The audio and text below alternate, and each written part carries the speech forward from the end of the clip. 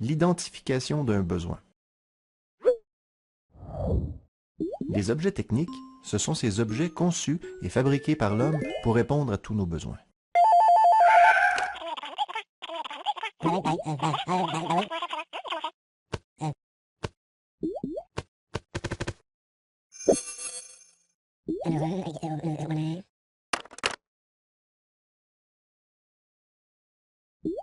Oui, c'est vrai, il y a quelquefois des besoins qui ne sont pas satisfaits.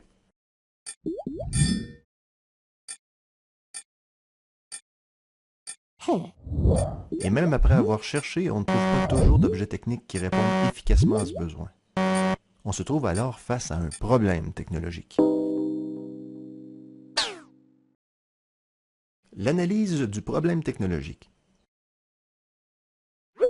La solution à ce problème passe par la conception d'un nouvel objet, un travail dédié à des spécialistes. Les gens de la conception, qu'ils soient designers, ingénieurs, architectes ou autres, sont des professionnels, toujours à l'affût de nouveaux problèmes technologiques à résoudre.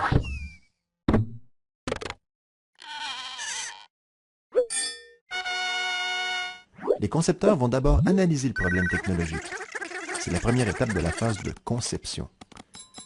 Ils prennent connaissance du contexte et relèvent toutes les données du problème. Ils le formulent clairement, puis déduisent à partir de cette analyse la fonction que devra remplir l'objet technique. C'est aussi le temps d'identifier les conditions d'utilisation et de fabrication de l'objet.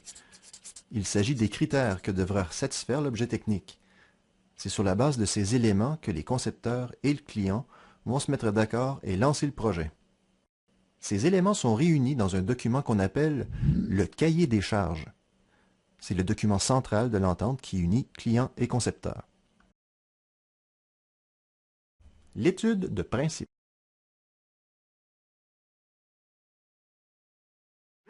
Les concepteurs peuvent maintenant commencer à mettre à profit leur ingéniosité. Ils vont d'abord essayer de reproduire ou de visualiser la fonction que devra exécuter l'objet, de façon très rudimentaire au départ. C'est à ce moment qu'ils vont commencer à utiliser les langages technologiques. Les langages technologiques, ce sont des dessins réalisés dans le but de communiquer, expliquer et décrire des idées et des solutions. La première question à se poser est, selon quel principe l'objet va-t-il fonctionner? Oui, dans notre cas, il s'agira de principes mécaniques, car la fonction recherchée est d'appliquer une force mécanique sur un objet, c'est-à-dire appuyer sur un bout de papier pour le maintenir en place. Un autre problème aurait pu impliquer des principes électroniques, optiques, informatiques ou autres. Les concepteurs cherchent donc, parmi les principes de base de la mécanique, ceux qui pourraient être appliqués à l'objet.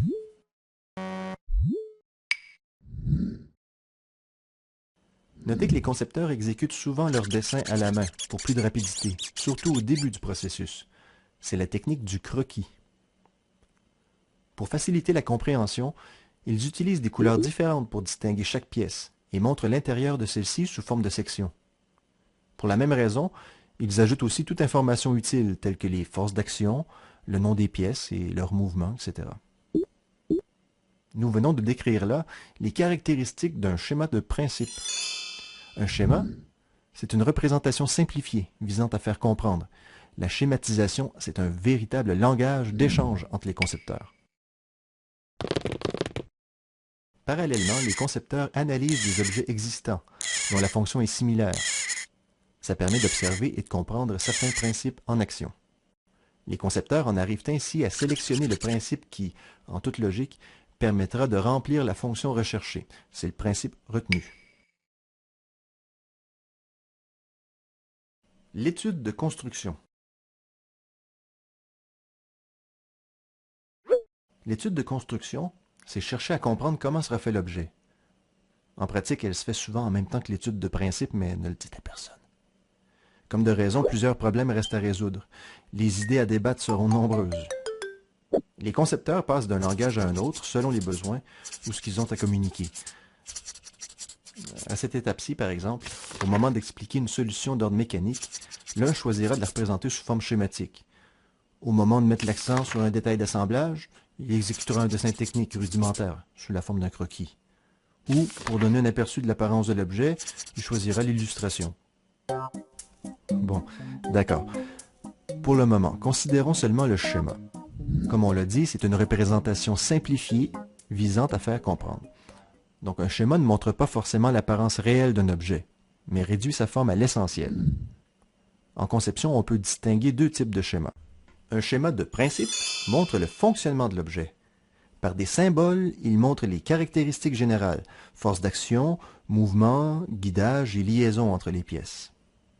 Tandis qu'un schéma de construction définit les solutions de construction, c'est-à-dire qu'il montre la forme des pièces, la façon dont elles sont liées entre elles, quelques-unes de leurs dimensions, et souvent même les matériaux à utiliser.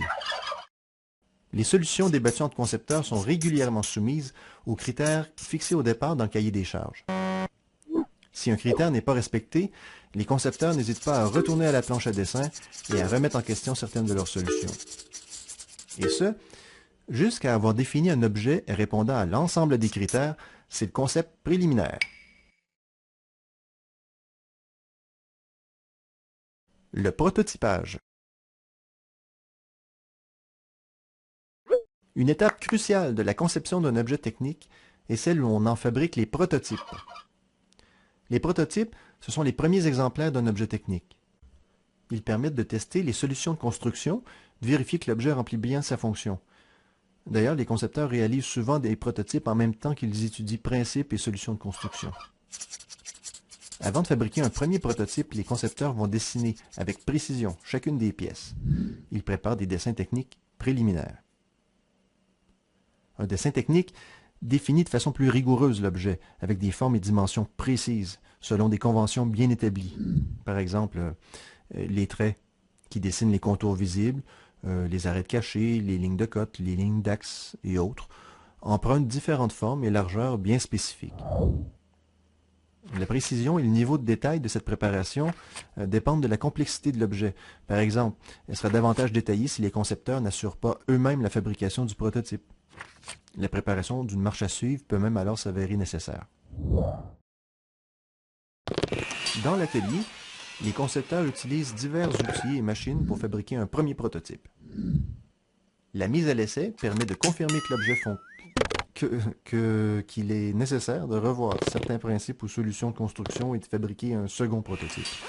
En fait, on fabriquera autant de prototypes que nécessaire jusqu'à obtenir un prototype pleinement fonctionnel, le prototype final.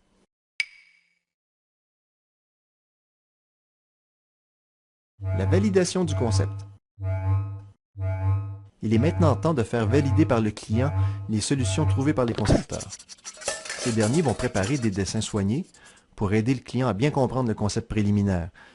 Il s'agit généralement d'illustrations réalistes, appelées rendues, qu'ils accompagnent parfois de schémas. Une illustration vise à donner un aperçu visuellement réaliste de l'objet. On cherche à donner une idée de son apparence, sa texture, sa teinte, son style, son esthétique.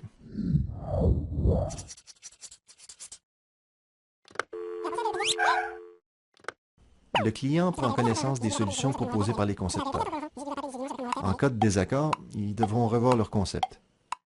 Si le client est satisfait de l'ensemble des solutions présentées, le concept est validé.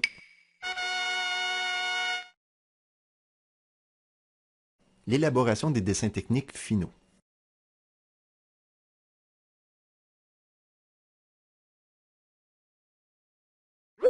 L'expérimentation, qui a été faite à partir des prototypes, aura permis de préciser la forme de l'objet dans ses moindres détails. Les dessins techniques finaux seront réalisés à la lumière de cette expérimentation. C'est à partir de ceci qu'on pourra fabriquer l'objet en série, lancer sa production. Le dessinateur doit faire preuve de beaucoup de rigueur et de savoir-faire. Ses compétences vont lui permettre de représenter l'objet sans ambiguïté, sous toutes ses facettes. Il représentera généralement l'objet et ses pièces selon des vues complémentaires, vue de face, de dessus, de droite, de gauche, arrière et de dessous. Ce type de représentation est appelé projection orthogonale à vue multiple.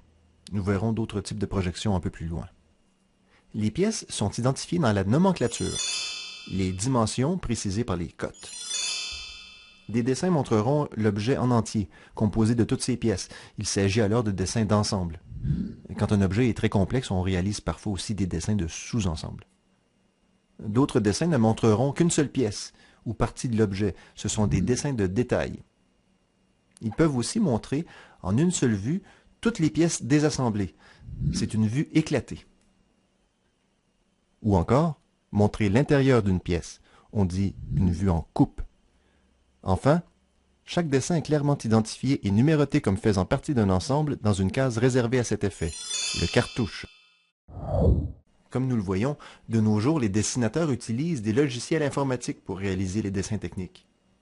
Dans certains cas, ils peuvent même dresser un modèle tridimensionnel qui sera directement interprété par les machines qui fabriqueront l'objet. C'est fou! Mais ne confondons pas les modèles 3D de la conception assistée par ordinateur aux dessins 3D ou projections, qui sont des façons de représenter des volumes sur papier ou à l'écran. Voyons plutôt. Par un dessin, on peut représenter les volumes de diverses façons, à l'aide d'une projection avec point de fuite ou perspective. C'est une représentation réaliste, utile pour faire comprendre l'aspect général de l'objet. En revanche, elle n'est pas très pratique sur le plan technique. Avec une projection axonométrique, on met de côté la perspective et on utilise des traits parallèles, placés à angle précis, pratique pour juger des dimensions de l'objet. En projection oblique, plus facile à exécuter, la face avant est montrée de face, et les côtés selon des lignes parallèles obliques. La face avant est directement mesurable. Enfin, les projections orthogonales à vue multiple, la façon offrant le plus d'informations techniques pour représenter l'objet. C'est pourquoi on l'utilise pour sa fabrication, comme nous l'avons vu. Après avoir été soumis au bureau des méthodes, c'est le bureau chargé de l'étude de fabrication dans une industrie, la première étape de la phase de production. Les dessins sont revus, corrigés, souvent plusieurs fois. Puis ils sont accompagnés de documents qui dictent étape par étape la marche à suivre pour fabriquer et assembler l'objet. Ces documents sont appelés gamme de fabrication et gamme de montage. Le tout est rassemblé pour former ce qu'on appelle le dossier technique.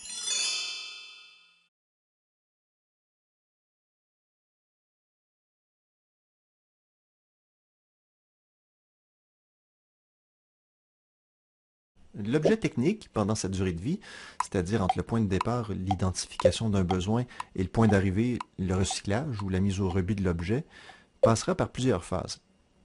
Comme nous l'avons vu, il y aura d'abord une phase de conception et une phase de production, qui seront suivies par les phases de mise en marché puis de mise en service. Chacune de ces phases comporte des étapes à l'intérieur desquelles les langages technologiques sont d'une grande aide pour assurer la description de l'objet à travers son évolution.